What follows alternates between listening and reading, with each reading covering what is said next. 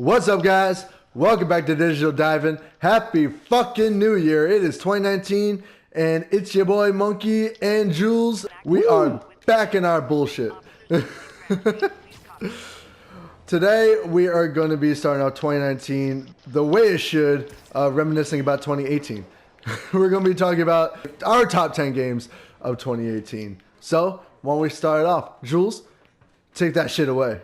Hey, so I'm gonna just start with Shadow of the Tomb Raider, one that I haven't played yet personally, but I've been hearing so many great things about it. I just finished playing the first Tomb Raider, and I'm gonna be playing the second one soon, and then the third one after. So I'm really excited. It looks like an amazing game. You have a lot of broad, diverse ways to take somebody out, to play, explore, everything like that. So I'm really excited. And I hope that I'm going to enjoy it as much as I did the first one. Yeah, I know Rise of the Tomb Raider was like one of the best Tomb Raider games ever. Like that game got so I'm really much excited recognition. about that I was one. like, shit, nice. But yeah, the Shadow of the Tomb Raider. I'm not gonna lie, it looks fucking dope, and I kind of want to play it, but at the same time, I haven't played any of the other ones, so I'm not. I don't want to play it. I don't want to play it until I play the other Tomb Raider games. That's true. I think my only concern is that it does what Uncharted did, which is like it kind of, or even any kind of series, it kind of sometimes it can kind of plateau after like number 2. You know, it can get to a point and then it just doesn't improve or anything. So if the second one is probably the most revered one ever, it might be like Last of Us 2 was. I mean, not Last of Us, Uncharted 2 was. Yep. Then the third one might be a little disappointing. So I hope it does well. You know, my second one is a game that actually won Game of the Year and one that I have personally put 400 hours into, and that will be Monster Hunter World. I fucking love this game, man. Like, I got it the day it came out in January, and it doesn't even feel like it's been a year yet. Like, it feel like I just got it yesterday, but at the same time, I feel like I've been like a fucking veteran in the war against monsters for such a long time, you know. So, yeah. Okay, let me ask you this, because this is the question on everyone's mind who hasn't played the game yet. The biggest issue with those massive multiplayer online games is after you beat like the story, that's basically it, except for like raids and shit, and that's the whole issue with Destiny and Division and all those other games. Does this game suffer the same, or? I was gonna say, like, I've put 400 hours into this game, and like, you probably beat the story in the first 50. Wow. Like, and you come back, and you come back just for more, just to keep fighting monsters, keep upgrading, because there's so much for you to do in the game besides just fight monsters, you know. Okay. And it's more about your personal, like, how far you want to take the game. It's kind of like life, you know. You put in what you get out. Like, if you're gonna, there's a lot of grinding you can do, you know, different diverse. There's about like 40 monsters that you can hunt, including the smaller ones. So and they're constantly adding stuff. They're adding a new DLC, which is gonna have a massive expansion. Not only new story, new animals, also a completely new area to explore. Like they have not lost support for this game, and they're actually doing a crossover. They're doing 2 crossover events. One with Assassin's Creed and one with Witcher. Yeah, I heard that they're bringing in Geralt. I'm like, oh shit. So I would definitely recommend it. It got RPG of the Year, and I 100% agree with that. And like I said, like, and there's a really robust customization system. I think that's something that also makes people want to keep playing, because you can literally make your character look like whatever. Like, my character pretty much looks almost exactly like me. That's pretty black, dope. Bald, you know. So that's pretty cool though. That is pretty dope. So I would definitely consider getting it, especially if you got a new headset, dude. The ecosystem is so lifelike, just crazy stuff. Like it actually feels like you're in a real forest, you know. So, yeah, I would definitely recommend it to anybody that needs something to put some time into, something quality, something where you put in like 300-400 hours, you'll still want to come back, you know. Yeah. So, are there a lot of microtransactions in the game? Oh, there are none. There are absolutely no microtransactions. That's gorgeous. So, and it's kind of sad you have to act that these days. But, I know, right? It's a beautiful game. It really is. So yeah, you go ahead and take it away, Pat. All right, so my number, well, whatever the fuck, this is gonna be Celeste. That's by Matt Mix Games. This is one of the few indie games that actually was nominated for Game of the Year. This game, yeah, it was. this is one game that I have personally have not played yet, However, it was on my most anticipated list of 2018, and I watched gameplay, reviews, I watched everything about the game. I feel like I played the game, but I haven't actually owned the game, which pisses me off. Because I really want to play this game because it looks freaking beautiful. But the story is gorgeous. The art style is amazing. It's a platformer, which makes it feel like a classic video game again, which I kind of miss. Yeah. In video games, like I love that feeling. That. I'm like, oh my god, like I'll never get tired of platformers. And I feel like platformers are actually making a comeback. And this game was just like, it looks absolutely incredible, and I'm sure it plays even better. I cannot wait until I actually, have money to actually buy it. It's like $20, right? So I've just been putting it off because I have so much other shit to pay for. But yeah, as soon as I do, I'm honestly really looking forward to playing this game. But I know awesome. It won, or it was nominated for Game of the Year, and it was Game of the Year for a lot of people. So for that reason, I'm playing on my list just because I know that it's still a legitimately good game. IGN gave it a 10 out of 10. I mean, goddamn. It's just that I feel like it didn't get a lot of spotlight attention because everything else was already so big. Oh, absolutely. Yeah, you're right. But, and it kind of sucks when like gems like that kind of go unnoticed and under the radar. Yeah, you're right. You're 100% right, but oh well. The fact that it's an indie game and it got nominated for Game of the Year, like that's just impressive. Also still impressive, yeah. That's amazing. What was your number 4, 5, 6? Number 6? Yeah, what was your number 6? Number 6. This is a game that I was insanely hyped for, and I still loved it. Like, there's a few issues with it, but it was still like such a fantastic game. And that was Vampire by Dontnod. I don't know how to say their name. I don't know how to say the name, but it was it's the same guys who made Life is Strange. This game, it had its issues with like its gameplay, but for the most part, the game was absolutely beautiful. It was definitely difficult because you had to like balance. You had to figure out like who you wanted to kill and who you didn't want to kill, because if you didn't kill anyone, you didn't like build up your experience points that much. Like the only way you gained right? Yeah, the only way you're a vampire. Yeah, the only way you gained experience was by draining people. So if you didn't drain people, you didn't get those points and you couldn't upgrade your character. So it was a lot more difficult in combat. However, if you ended up draining everyone and upgrading your character, it was far more easier because you could get a bunch of dope powers and everything. It was super cool. But the fact that like the end of the game like actually gave you like a choice system sort of. So like it had a good and bad ending. It had actually 4 endings in the entire game, depending on how many people you killed and how many people you didn't and who exactly you killed and didn't. It was super, super interesting. So you actually have to take that into consideration as well. When you're the game is actually on sale right now for half off. So there you go. Now would be the time. I highly recommend it. It's a fantastic game. The amount of like RPG elements that were in this game was incredible. But at the same time, like there's a few gameplay issues here and there. Could you talk about that for a little bit? I mean, not for a little bit, but for a second. Like, what did you personally not like about it? Well, since you hold it in such high standard. The combat was probably its weakest point, but at the same point, it was its most interesting point. Gotcha. Also, like, it's a game that you have to put time into and focus on like the narrative and stuff, because that's the kind of game it was. And if you didn't do that, then you weren't if you don't like narrative, you're not going to enjoy this game, because there's a lot of narrative in the game. Like, cause me, I played it, I beat it, and it was just so long. There's so much dialogue that I didn't want to replay it, because I knew I was like gonna have to sit through all of that dialogue again, and you can't really skip the dialogue, which is also kind of annoying. Oh, that is kind of annoying. Yeah. So I don't know. Overall, I love the game, but yeah.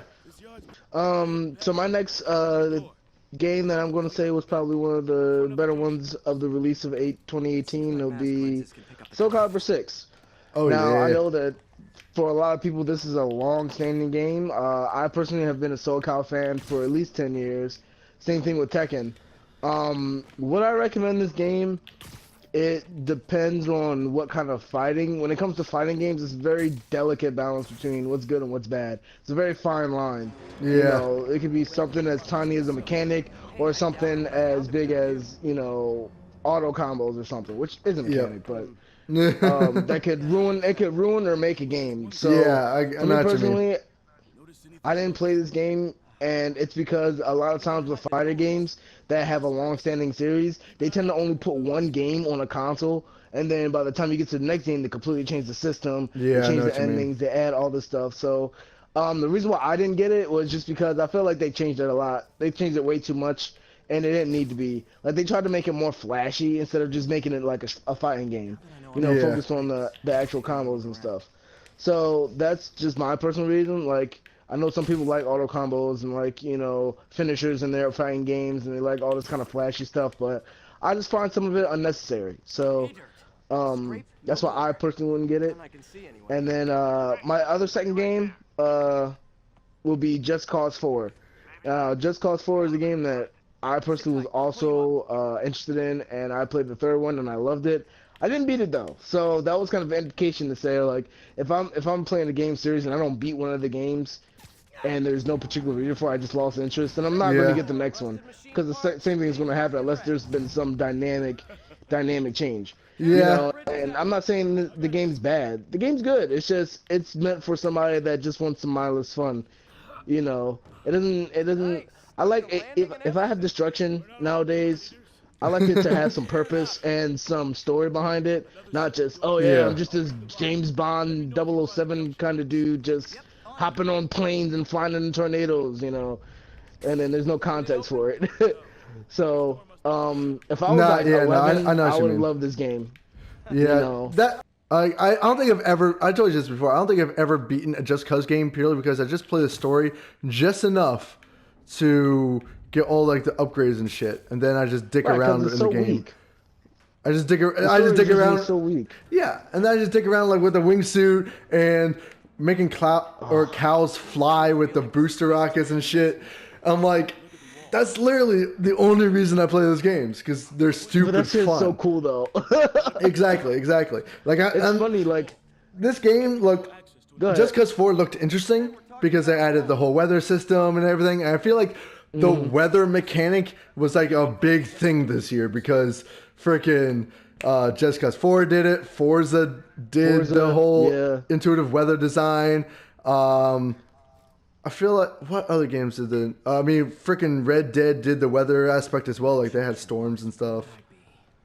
So I feel like it was just like a bigger thing. Yeah, I feel like it was just like the next big thing. I was like, oh, okay, cool. That's interesting. I would say the thing about Just Cause series in general is that if it had a stronger story, like, that's all it would need. If it had a stronger story, it would massively improve the game by far. You know, it might actually get nominated for some awards. You know what I mean? Clear. So I just kind of feel bad because there's a lot of potential here, but it just kind of gets like wasted. It's old. Just, you were right, Jeff. Yeah, it's just like, oh, this Rico guy is just taking on this drug lord. Yep. That's it. Like, all right, guy. Yeah. Yeah. Like I said, it looked fun, looked interesting, but at the end of the day, like, I don't feel like I'm gonna pay $60 to play a game I'm gonna play for like a week. And just like when Just Cause 3 got released on PSN, I feel like Just Cause 4 is going to get released too. Oh, absolutely. Like, even with Just Cause 3, like, when that came out, I played it for about a week and then I got bored. Yeah, I know what you mean. I wanted to complete the game because the mechanics are fun, and I love shooting people and blowing shit up. So I did want to finish the game, but like I said, the story gave me no incentive to keep moving forward. I just felt like it was just going to be like a generic action hero kind of story, you know. And that's just kind of what Just Cause became. Like, it's like the generic version of Uncharted without all the destruction, you know. So yeah, go ahead, take it away with your number 4, 3, and 4. Yeah, it's 4. Yeah, 4, 3, 2, 1. So the next 4 are mine, guys. My number 4 is going to be Far Cry 5. This game, for 2018, it was a dope game, but it was not the best Far Cry game. It was a great game, and like they did with Far Cry 4, they're also doing New Dawn. like the spin-off game, spin-off Far Cry game for 2019, and that one looks actually kind of interesting. A post-apocalyptic Far Cry. Yeah, it does. But Far Cry 5, like, it was definitely better than Far Cry 4. Far Cry 4 kind of bored me. Like, the story was kind of There's no point in that story whatsoever. Far Cry 5, like, they gave you, like, much more, like, reason to be in that, you know? Yeah. Like, you were like a sheriff in that town that got run over by, well, not sheriff, but you were like a newbie rookie dude in the police force. So there's more of a reason for you to, you know, play the game and be part of that situation. Whereas in Far Cry 4, it was like, oh, you got kidnapped. Oh, now it's like, help us with this. Help us with this whole thing. It's like, but why? I could just leave. You guys mean nothing to me. Yeah, like, I guess Far Cry is another example of where if I feel like I didn't finish it, I'm not going to get the next one. So I didn't get any of the other Far Cries. Far Cry 4 is my first one, and even from what I hear, because one of my close friends got Far Cry 3, and like even from what I hear from that, it was a far better game. Oh, Far Cry 3 was the best in the series. Yeah, Far Cry 3 was the best Far Cry game in the series. It's just so freaking good. And the fact that everything has to be compared to Far Cry 3 and it doesn't, you know, get up to that standard, I'm just gonna leave you guys alone. I'm just gonna let you guys do you, whatever. I mean, I'm not gonna lie. Far Cry 5 was far better than Far Cry 4, but it still was not as good as Far Cry 3. Yeah, and I could definitely see that. Now, if I had a PS4 Pro, I might consider getting Far Cry 5. Just because it looked immaculate, just so. Oh so yeah, it was a beautiful ass game. Just the environment. It was absolutely gorgeous, but yeah, it was a decent game, but yeah, it wasn't the best in the series by far. It was very entertaining. But anyways, moving on. What's your number 3? It's actually this game. Marvel Spider-Man is my number 3 for 2018. This game was absolutely gorgeous. Like, holy shit. I have not played a game this fun in the longest time. Like, most of the time with these type of games, I play them, I beat the campaign, and then I don't touch them again. But, like, with this game, oh my god, it was perfect. I mean, the last time I played something like this was the Batman Arkham series. Just beautiful superhero games, just amazing. Yeah, right, exactly. Even Batman, like, after I beat the campaign for that game, it was just like, okay, I didn't really go back and replay it or just play around with it, you know? Like this game, I would just swing around for like hours because it's just so therapeutic. I think with Batman, because in Arkham Knight you pretty much fly everywhere. Like basically, I loved Arkham Knight, man. Just the traveling, they really make you feel like Batman. And I like that about Spider-Man. So. You know, they really took that aspect of making you feel like the superhero and put it in Spider-Man, and seriously. it worked out so fabulously. I honestly can't wait for the trilogy, like for them to make 3. Yeah, like, it's gonna. Yeah, I'm definitely interested. Now, the only issue I had with this Spider-Man game, I mean, this is a very minuscule issue I had with it. Like the side missions were very, very weak. Yeah, they were. And I was kind of like, extremely weak. That kind of bummed me out a lot. Yeah. But at the same time, like, there's missions make you care. Yeah, there's enough in this game that it like kept your attention. Yeah, but the challenges were fun, and like they gave you a reason to do the challenges so you could like unlock different gadgets and suits and all that stuff. So that was really, really dope. But I just wish that side missions and stuff were a little bit better. Because the story itself was gorgeous and beautiful and amazing. I love it. But I wish there was more side content to the game. Also, the DLCs were very meh. I like the first one. Black Cat one was my favorite one. That was my favorite DLC. Me too. Number 2 for me is going to be Red Dead Redemption 2 by Rockstar. Everyone's been talking about this game ever since it came out. There's a reason though. It is legitimately a fantastic game. It's not just hype. Like half the time when a game is super, super hyped up, I end up not caring about it anymore. I'm like, okay, you know what? Fuck it. I don't care. I don't care anymore. Destiny. Exactly. Destiny. There's a lot of games that did that. I'm like, but because like I was legitimately excited for this game because I love the first Red Dead game. And I like Wild West games. Like I love that whole era, you know? Yeah. So every single like new bit of information that came out for this game got me even more and more hyped for it. I'm like, oh my god. And it delivered. Like it legitimately delivered. There is very little that I have to complain about this game. I personally don't really care for Western time periods, so I probably won't be getting this game for another 2 years till it's like $5. But That's fair. But yeah, go ahead and talk about the #1 game of the year. My number one favorite game of 2018 was definitely God of War. And this is the game that actually won Game of the Year. And yeah. It fucking deserved it. Like, holy shit. This game was just... all the effort put into it. Oh, like, it was so perfect. YouTube to look at all the like behind the scenes and stuff like that. They really did a lot for this game. Oh, they did. It was so... I mean, just the amount of time that they put into developing this game and the dialogue and the character model and gameplay, everything for this game was absolutely phenomenal. Like, holy shit. Amazing. It was perfect. It was like I didn't have anything. I couldn't find anything wrong with this game, and I legitimately looked for a while to figure out like what is wrong with it. I was literally trying to find something, but I couldn't find anything. Like, not even like the times I got ragey with this game did I say like, oh my god, this game is horrible. Like the Valkyries are fucking hard as shit, but they're so much fun. I just bought it actually. I just bought it a couple weeks ago. It was on sale, one of the highlighted PSN sales. So I'm definitely going to get into that after I beat Horizon and really just dive in. You know, I mean, I feel like this game is so good that it's just going to turn my cats into just like warrior cats. Like I'm just going to go one day while I'm playing this joint, and they're just going to be like on some He-Man shit. Like, so yeah, I'm really excited to play this game. I've heard nothing but amazing, beautiful things. Watching the director just tear up all the time. Oh my god, about the I know. mention of his game and how beautiful it is.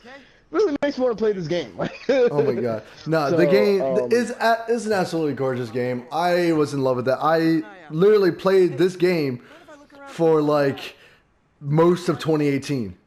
And I could talk about the game for hours, but like the dialogue, the character models, just the characters in general, and like even at the end of the game, how they built it up for the next game. I am so freaking stoked. The best. It was the best game of 2018, easily. Don't quote me, but I think it's still on sale on PSN. So if you guys haven't gotten it or checked it out yet, please do. Yeah, please check out those sales, man. They've been giving away loads. Yeah, so the current sale is going on until like the 8th. So there are a ton of great 2018 releases that are on sale right now. So if you haven't played any of the ones that are on our list, go check out that sale and buy some of them for like fairly cheap. At least half off. There's at least half to 60% off. Yeah, seriously. A lot of them. So yeah, I think that wraps up the game list for 2018 , man. Yeah. Do you have any honorable mentions or? I don't actually. Like I don't have any honorables. I don't think I have any either. Yeah. But anyways, guys, what are your thoughts about our top games of 2018? Is there anything that you would like to add to it? Again, this is just our personal list. This isn't like a polled list. This is just our choices for 2018. So don't hate us if there's a game on there that you didn't like. But if there is, please let us know. Do all that down in the comment section below. If you like this video, please swipe right on that like button. If you're new to the channel and you want to see more of us diving into the latest news surrounding TV, video games, and movies, please hit the subscribe button and hit that bell so you can notify whenever our videos go live. It is 2019. We got so much brand new content coming your way.